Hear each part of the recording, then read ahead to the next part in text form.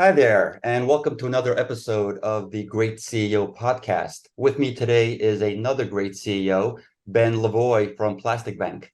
Welcome, Ben. Hi, Steve. Pleasure to be with you. Great. So, Ben, in a few sentences, why don't you tell us a little bit about yourself and a little bit about Plastic Bank?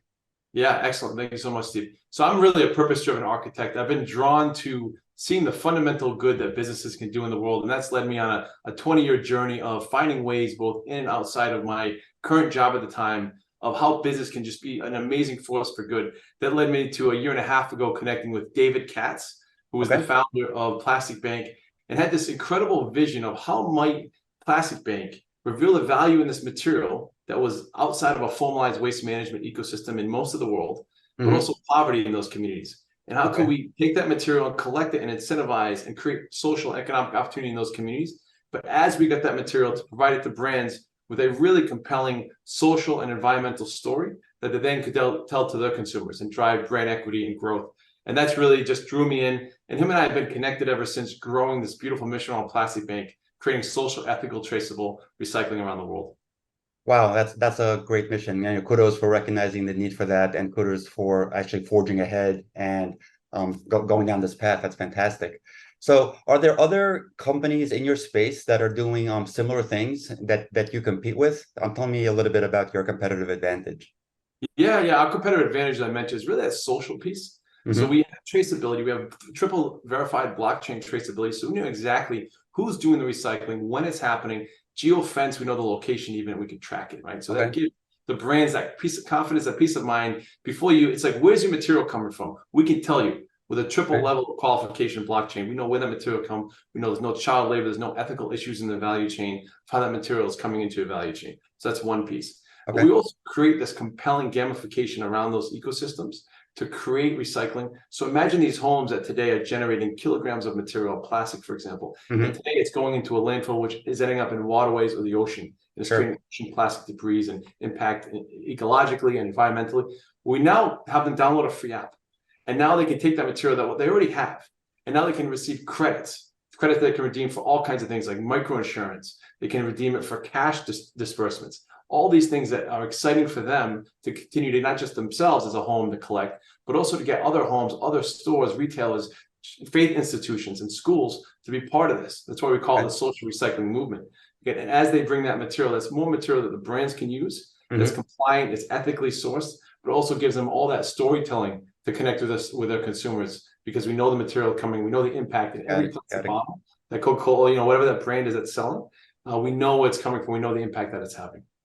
Wow, it's so interesting that you have such a purpose-driven mission with the company, and yet you're using all the latest and greatest technologies, to bring that forward, to bring that to market. That's a fantastic combination. Yeah, technology is such a big part of it. We look at AI, you look at blockchain. How do you leverage these tools as powerful forces for good? There's a lot of angst around what Hmm. AI and blockchain, these different tools can do. Can they help humanity, or can they Sure. create challenges for humanity? And so much of it is how we design, how we implement it. But the reality is we have these big, hairy, audacious challenges that Peter Hmm. Diamandis talks about. These audacious challenges for humanity: poverty, recycling, and really they tie into the United Nations SDGs. Right? What are Okay. these things? And it starts with poverty. How do we Sure. create economic opportunity? It's even bigger than economic. It's social. It's emotional opportunity for people around the world to pursue their dreams. And how do we do that? And that's something that's very close to my heart. And so at Plastic Bank, that's exactly what we do. We focus on it in a way of leveraging technology as that force for good. Got it. Got it. That's fantastic. So, can you describe your business model for a little bit and talk to us a little bit about your recurring revenue and what percentage of your overall revenue actually reoccurs on a yearly basis? Yeah, excellent. So we actually have long-term agreements with some of the biggest brands in the world. So most of our revenue is reoccurring. Okay. And what we Awesome. do is exactly, we work with the brands they have these ESG initiatives. They want to do well. They're working with Sure. their boards. And they're saying, how do I connect environmental, social governance initiatives with authenticity and compelling storytelling with my consumers and my consumer base? And so what we Hmm. do is we work with them and we create that ability to have the material that today was just a supply, tomorrow is a story. And Right. so again, brand asset, brand differentiation, return on investment, margin growth, all those things become available. We, on average, we measure no less than 6% increase in revenue and profit from working with us on the brand side. And that economic value allows us to go get the material and to create all the social and environmental impact that I mentioned with our business model. Sure. Yeah, so it sounds like with that type of ROI, it should be a relatively easy sell for new customers.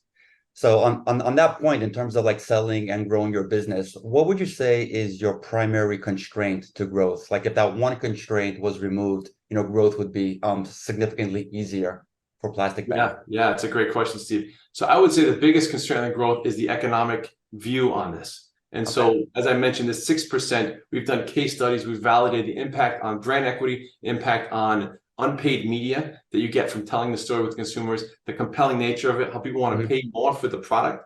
But oftentimes the challenge is business is still seen as an economic game, Okay. right? It's not a single bottom line, and people see, okay, if it's not immediate, what is the near-term payoff of this? And the Hmm. reality is there's a significant payoff from this, and it's a Right. regenerative model, the Okay. social environmental piece I mentioned, but it's creating that awareness with brands and businesses that actually you can have a triple bottom line. You can win across all three, and we're Mhm. a partner that can help you do that. Okay. Okay. Great. Great. So this sounds like a 24 by 7 by 365 operation, which is fantastic.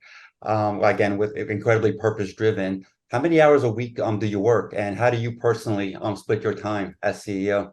Yeah, no, it's a great question, Steve. So what I like to, and this is a lesson I had to learn early in my career, is that a one-legged table is always unstable. I'll say that again. A Sure. one-legged table is always unstable. I love that. And it's very easy in business for us as men and women to say, I'm just going to put everything in career. I'm going to work long night, burn the midnight oil, as they say, through the week, through the weekend. And as a result, my health suffers. My family support. I'm not able to support my family and serve my family properly. I'm not able to connect from a health standpoint. It could be spiritual, emotional, physical, intellectual health. And so all those things create a cascade effect for yourself individually and around you over time. And so that is something I take very seriously. I've organized myself into 6 pillars, if you Okay. will. And it starts with faith and family, and it goes into different areas of my life. And certainly business is part of it, but it's not the only leg of the table. And Sure. so we look at 168 hours that I'm gifted with, I'm blessed with to have every week, and I have this week as well. How do I invest, not spend that time? And I invest it intentionally across those 6 pillars. So again, I'm taking care of health, I'm taking care of family, I'm Sure. connecting to the higher power. I'm doing all these things that are so important to me as an individual and as a leader, so I can be in best service to the mission and to making positive change in the world. Okay. No, that's a great philosophy to use, because you're right. There's only so many hours to use, and I love the term investing time versus utilizing time. That's a great term to have.